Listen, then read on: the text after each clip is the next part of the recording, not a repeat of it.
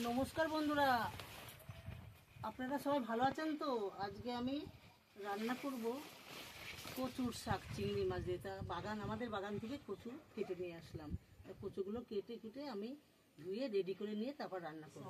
কচুগুলো আমি ভালো করে পরিষ্কার করে কেটে এবং বড় গামলা করে 5 বার এই কচুগুলো ধুয়ে নিয়েছি।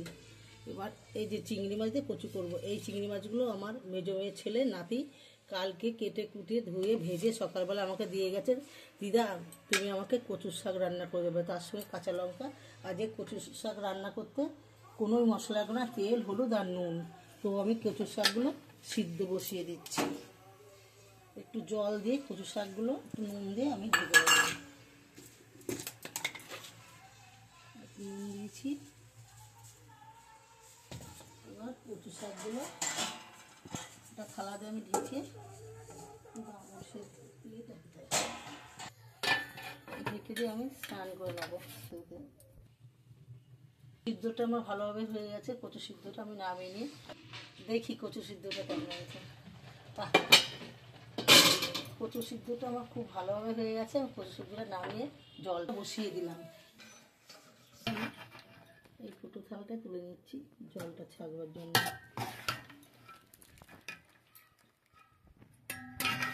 তুলে দিয়েছি, আমি উঁচু করে দিই, জলটা এতে বেরিয়ে যাক। এদিকে আমার ডাল সিদ্ধ হচ্ছে। কচুটা ভালো করে জলটা ঝরে গেছে। এবার আমি কড়াইটা আগের থেকেই বসিয়ে দিয়েছি, গরম হয়ে গেছে। কড়াইতে তেল দিয়ে দিচ্ছি, এখানে একটুখানি তেল দিয়ে দিচ্ছি। আমি আর একটু মাছগুলো ভেজে নেব সামান্য।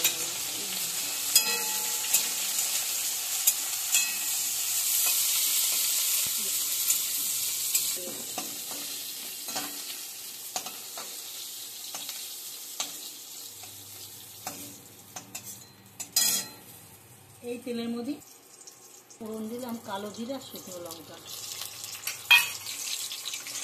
সিদ্ধ করে কচুটা আমি ঢেলে দিচ্ছি।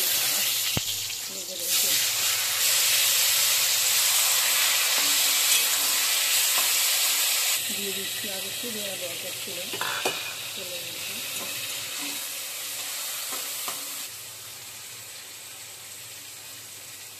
এক চামচ হলুদ দিয়ে দিলাম।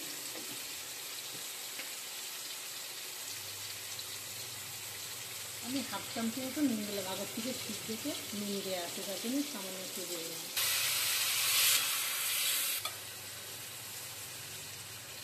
টেবিল চামচ সাইজ আমি 1 চামচ চিনি দিয়ে দিচ্ছি, কেননা কচুতে চিনিটা না দিলে কচুর টেস্টটা আসে না।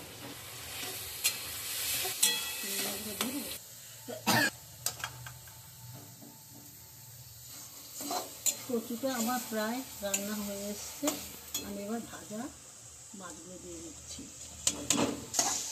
আর 2 মিনিট আটা করবো।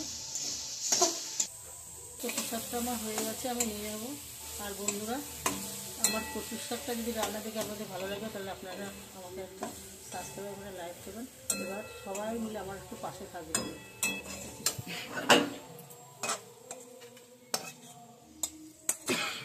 লাগে না যদি নুন আর ঝালটা সমান থাকে। আমি প্রায় কচুর শাক রান্না করি, কোনো আমি মশলাপাতি দিই না, এইভাবে রান্না করি। এইভাবে রান্না করে খেয়ে দেখবেন, কচুর শাক খুবই ভালো লাগবে এবং টেস্টি।